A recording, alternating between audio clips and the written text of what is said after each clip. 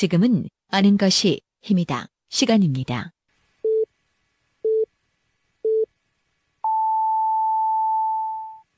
어서 오십시오.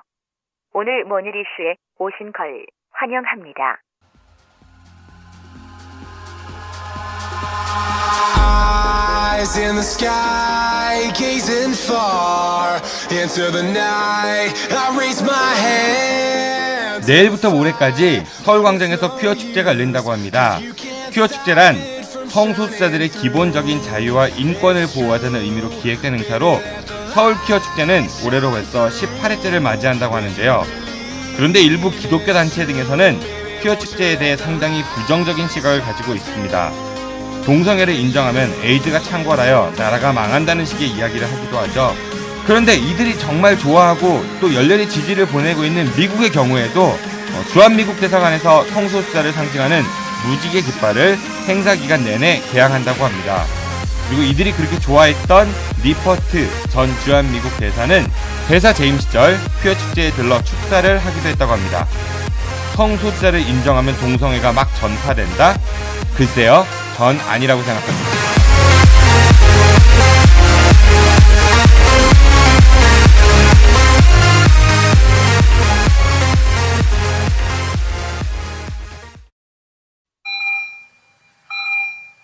지금 여러분들의 자동차는 안녕한가요?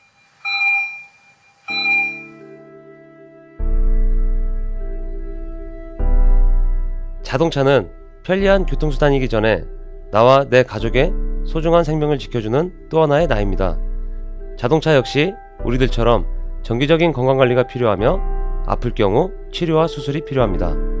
나와 내 가족의 소중한 생명 지킴이 내 차의 모든 것을 이제 낭만카닥터 김사부와 상의하세요. 자동차의 돌담병원 북대전 모터스에 오시면 내 차의 모든 것이 편안합니다.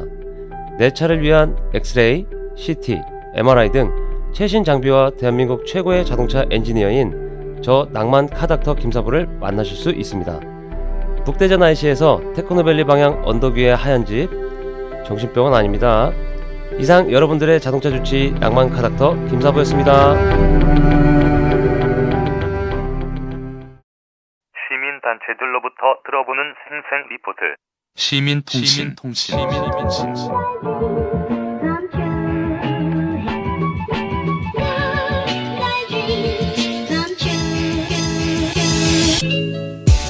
대전 충남 녹색연합 양흥모 사무처장이 들려주는 환경 이야기, 대전 인권연대 이창재 국장이 들려주는 인권 이야기, 전교조 대전지부 최정배 정책실장이 말하는 우리 지역의 교육, 그리고 금강요정 김종술 기자가 들려주는 4대강 이야기가 여러분들을 찾아갑니다.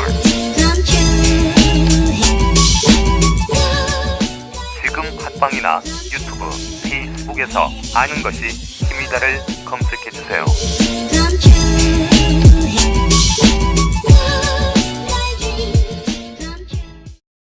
여름 휴가를 떠난 임병환 기자를 대신해서 청취자분들께 소식을 전해주시는 고마운 분이십니다. 오늘과 내일은 저희 아는 것입니다의 보배시죠. 땜빵 전문 오마이뉴스 시민기자이자 통일뉴스 개건기자인 임재근 기자 연결되었습니다. 기자님 안녕하세요. 네, 저는 평화통일 교육문화센터 교육연구팀장이 본업입니다. 임재근입니다. 네, 반갑습니다. 이렇게 이런 대화를 한다는 것 자체가 되게 좀 쑥스럽긴 하네요. 아, 네. 제가 근데 오늘 임병환 기자 대타인가 아니면 최소만 기자 대타인가요? 임병환 기자님 대타이신데요. 근데 네, 좀 제가 방송할 맛이 안 나는 것 같아요. 최소만 기자님 참 좋았는데. 아, 네, 잘 들었습니다. 네.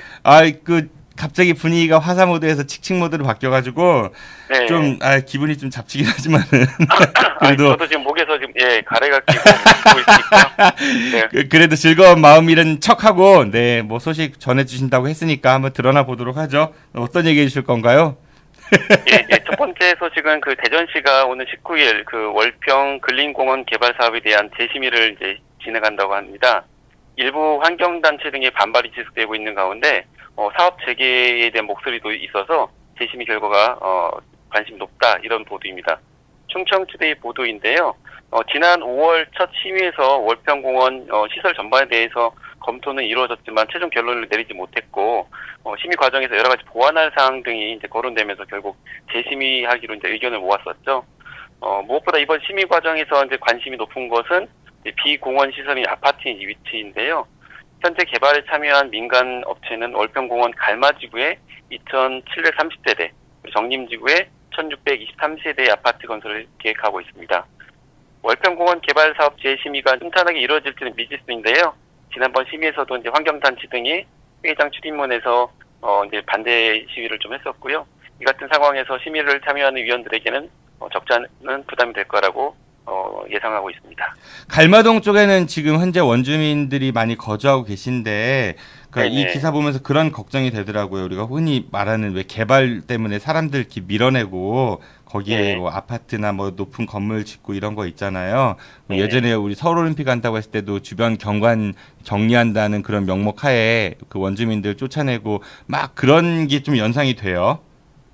보통 이제 재개발하면은 이제 주민들, 그곳에 살고 있는 주민들의 이제 삶의 질, 생활에 도움이 되고자 하는 취지가 강한데요.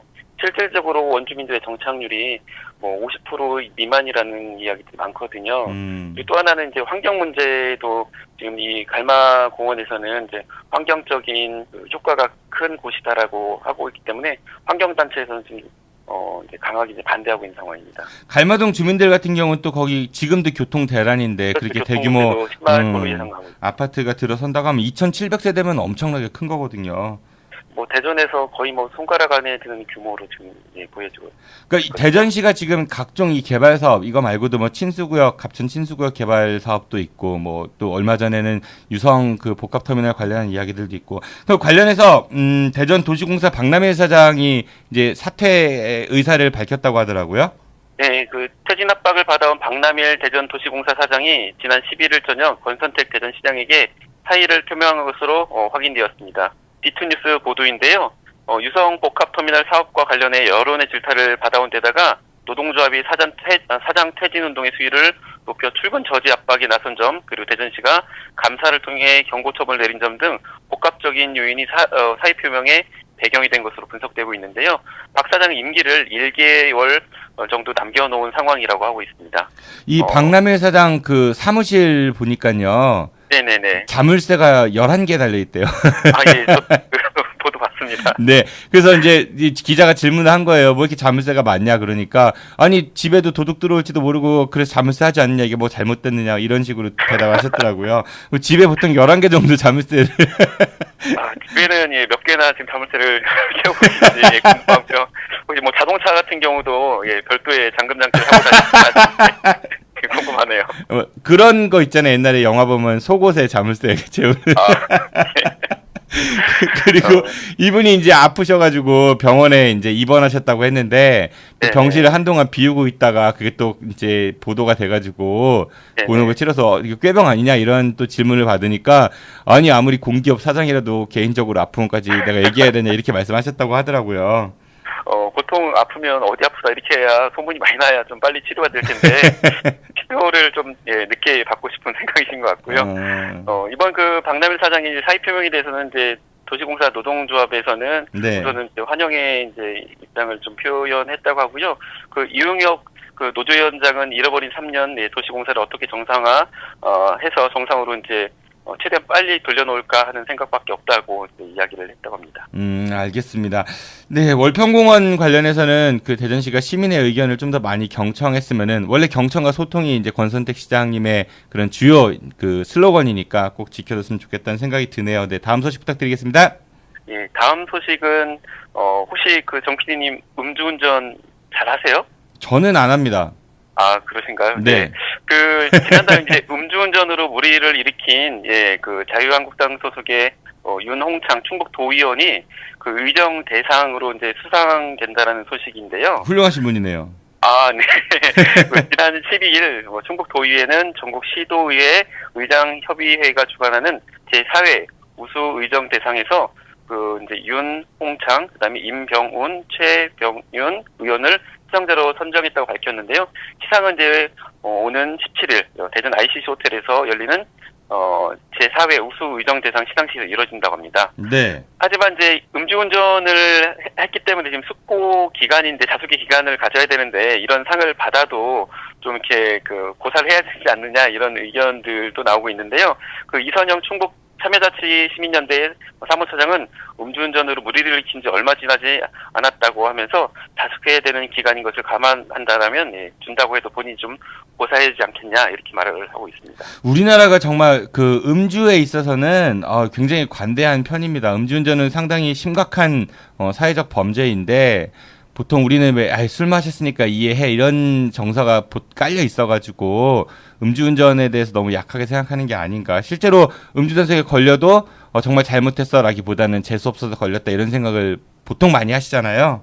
예, 그런 사회가 이제 만연돼 있다 보니까 특히 이제 모범을 보여야 될 뭐 정치인이라든지 공인들 중에서는 음주운전을 너무 좀 빈번하게 하는 것이 아닌가 좀 그런 생각이 듭니다. 이분 그 음주 측정 그때 걸리셨을 때 혈중 알코올 농도가 0.146%라고 하니까 굉장히 만취 상태거든요. 만취 상태였죠. 엄청 많이 드신 겁니다. 이 정도면은.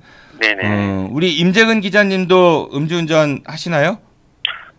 저는 이제 우선 첫 번째 음주운전은 못하고요. 음주 상태에서 음주를 하거나 아니면 음주 상태에서 이제 수면을 취하고 뭐 이렇게 하고 있습니다. 자전거도 안 타시죠? 음주 하시면은?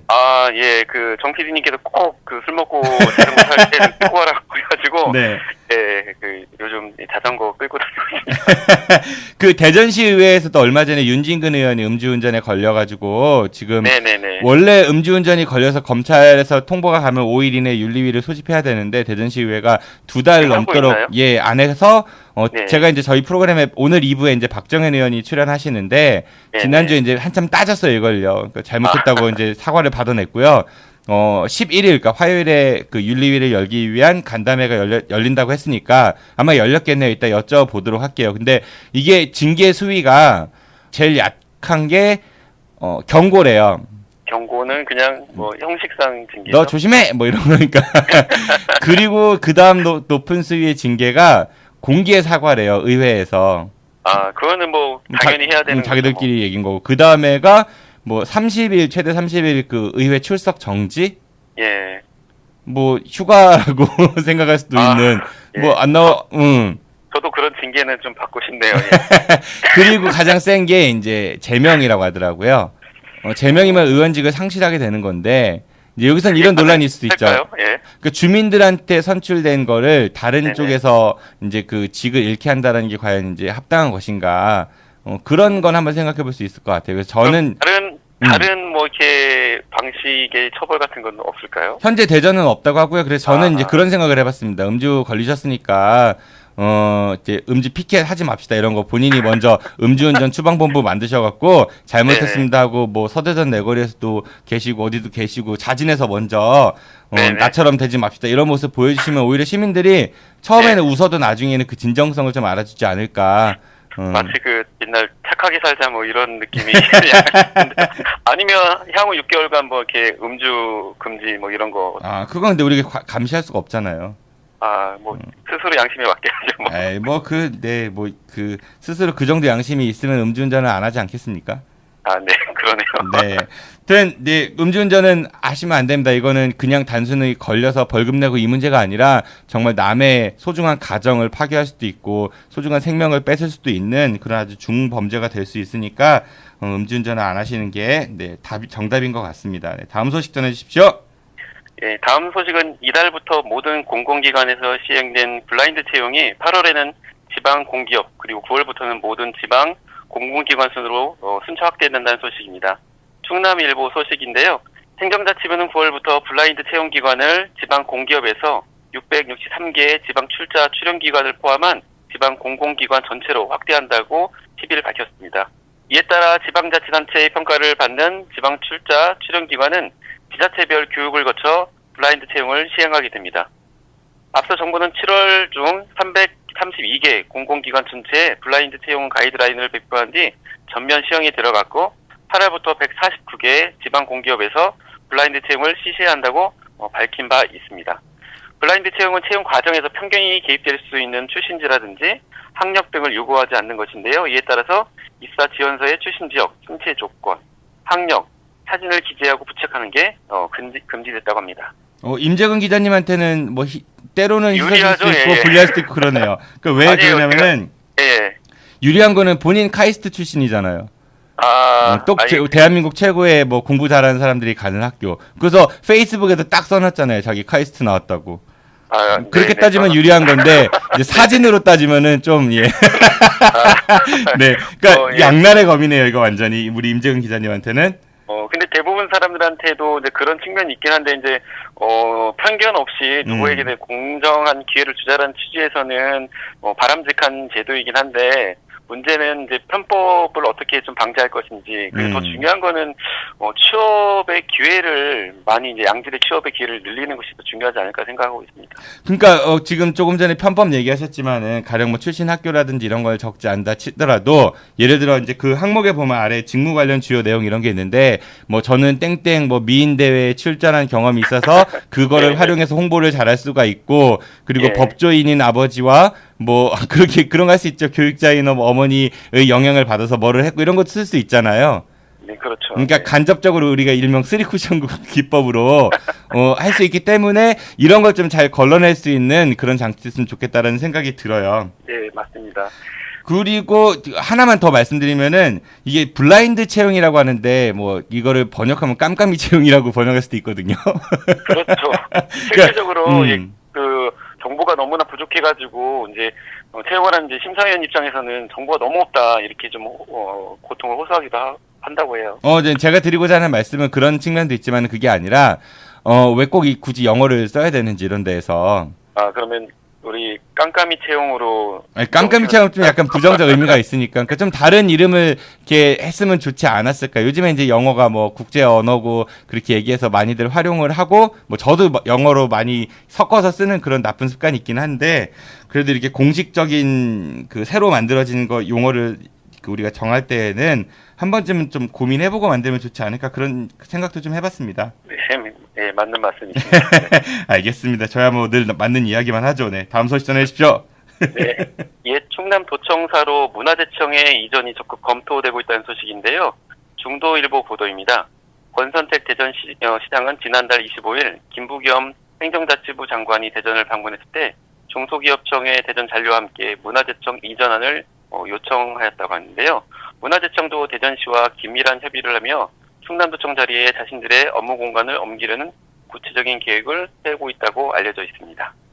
이거는 좀 반가운 소식 같기는 하네요. 근데 우선은 지금 이 충남도청사는 소유주가 충청남도이고 그리고 대전시가 임차인인 격이고 근데 이게 또 근대 일제강점기 때 지어진 건물이니까 문화재청에서도 관리를 하는 그런 부분이 있잖아요. 근데 네, 근대 문화유산으로 분류가 되어 있죠. 그 주무부서인 문화재청이 온다라고 하면은 이건 좀 괜찮은 것 같다는 생각이 드네요. 근데 그 안에 지금 시민대학이 있잖아요. 예, 그리고 뭐 근현대 관련된 전시 시설도 있고, 예. 그러니까 그런 부분들을 어떻게 할 건가에 대한 방안도 좀 고민해보면 좋을 것 같고. 근데 권선택 시장님이 이건 되게 좋게 변하신 것 같네요. 이분이 이제 19대 총선 그때 출마 준비하셨을 때 충남도청이 일제문화의 잔재임으로 허물고 그 자리에 새로운 한류문화센터인 제2한국예술종합학교나 방송예술원을 유치해가지고 개발 중심지로 만들어야 된다. 창조적 파괴는 새로운 가치를 창출할 수 있다라고 하셨었거든요. 그런데 굉장히 좋은 방향으로 변하신 것 같습니다. 네, 이번 기회를 가지고 대전시가 이제 아직 남아있는 일제 강점기 잔재이긴 한데 이것을 보존해서 다시는 이제 치욕적인 이 식민의 역사를 이제 청산하자. 그리고 이제 뭐 현재 이제 뭐 일본군 위안부 문제도 지금 계속되는 문제이긴 한데 이렇게 이제 그 남아있는 오래된 이제 고 건축물들을 역사관이라든지 뭐 다른 그 시설로 좀 계속 그 보존할 필요가 있다고 보여지는데요. 대전시는 유독 이런 부분을 좀 잘 못하는 것 같아요. 예를 들면 지금 이제 그 식산은행 그 건물도 지금 남아 있긴 한데 거기도 이제 민간 업체에서 다비치 환경이 지금 거기 있죠. 예, 소유하고 있고 그 이제 전국에 3개 남아 있는 이제 동양척식 주식회사 건물도 지금 그 타일 그 가게에서 지금 소유하고 있어서 네. 이제 그 도청 같은 경우는 다행스럽게 이제 충남도청이 이제 소유주이긴 하지만 뭐 전반적으로 이제 이 원도심 부분에 대한 문제를 좀 문화적인 측면과 역사적인 측면들을 다 고려해서 좀 합리적인 방향으로 개발해 나갔으면 좋겠습니다. 네, 스토리텔링이 정말 많이 필요한 그런 부분인 것 같다는 생각이 드네요. 네, 다음 소식 부탁드리겠습니다. 예, 다음 소식은 애양심 가득한 소식인데요. 지난 6월부터 시작한 그 충남 서천군 마산면 주민들이 이효리 씨 만나기 복지 챌린지라는 그런 누구요? SNS 캠페인을 했었거든요. 누구요? 이효리 만나기. 이효리 가수? 예. 그래서 이제 일명 이효리 챌린지라고 이제 하면서 SNS에 이효리 씨 그 충남 서천 마산면에 한번 방문해 주세요라고 주민들이 동영상을 찍어갖고 이제 인터넷에 올렸던 그런 일이 있었습니다. 이 이효리 챌린지를 주도해온 이제 박대수 씨가 지난 11일 페이스북을 통해서 42번째 동영상 종결편을 올리시면서 아쉬움과 함께 보람을 나타냈다고 하고 있습니다. 재밌는 거 같았네요. 근데 이효리 씨는 왔다고 하던가요? 네, 아직까지 이효리 씨는 이제 마산면에 이제 방문을 하지는 않은 상황이고요. 네, 그 이운동은 어쨌든 이제 평범한 시골 마을에 이효리 씨가 이제 방문할 경우 이제 새로운 이제 활력이 될 거라는 이제 순수한 동기에서 이제 시작됐는데, 일부 네티즌하고 언론에서는 너무 이제 일방적인 그 이효리 씨에 대한 요청 아니냐, 좀 이런 논란을 구도했습니다. 그 과정에서 이제 그 박대수 씨가 이제 CBS 라디오 프로그램 김현정의 뉴스쇼에 이제 출연을 했었는데요. 네. 그때 이제 김현정 앵커가 이제 효리 씨가 바빠서 못 가면 절하러 가겠다고 이제 그랬다고 하는데요. 김현정 씨도 못 가면 저라도 이제 가볼 생각으로 집에 가는 길에 한번 시간이 나면 들려볼까 생각하고 있습니다. 근데 왜 하필이면 이효리라는 그 가수를 지목을 했을까요? 그분이 이효리 씨를 팬인가?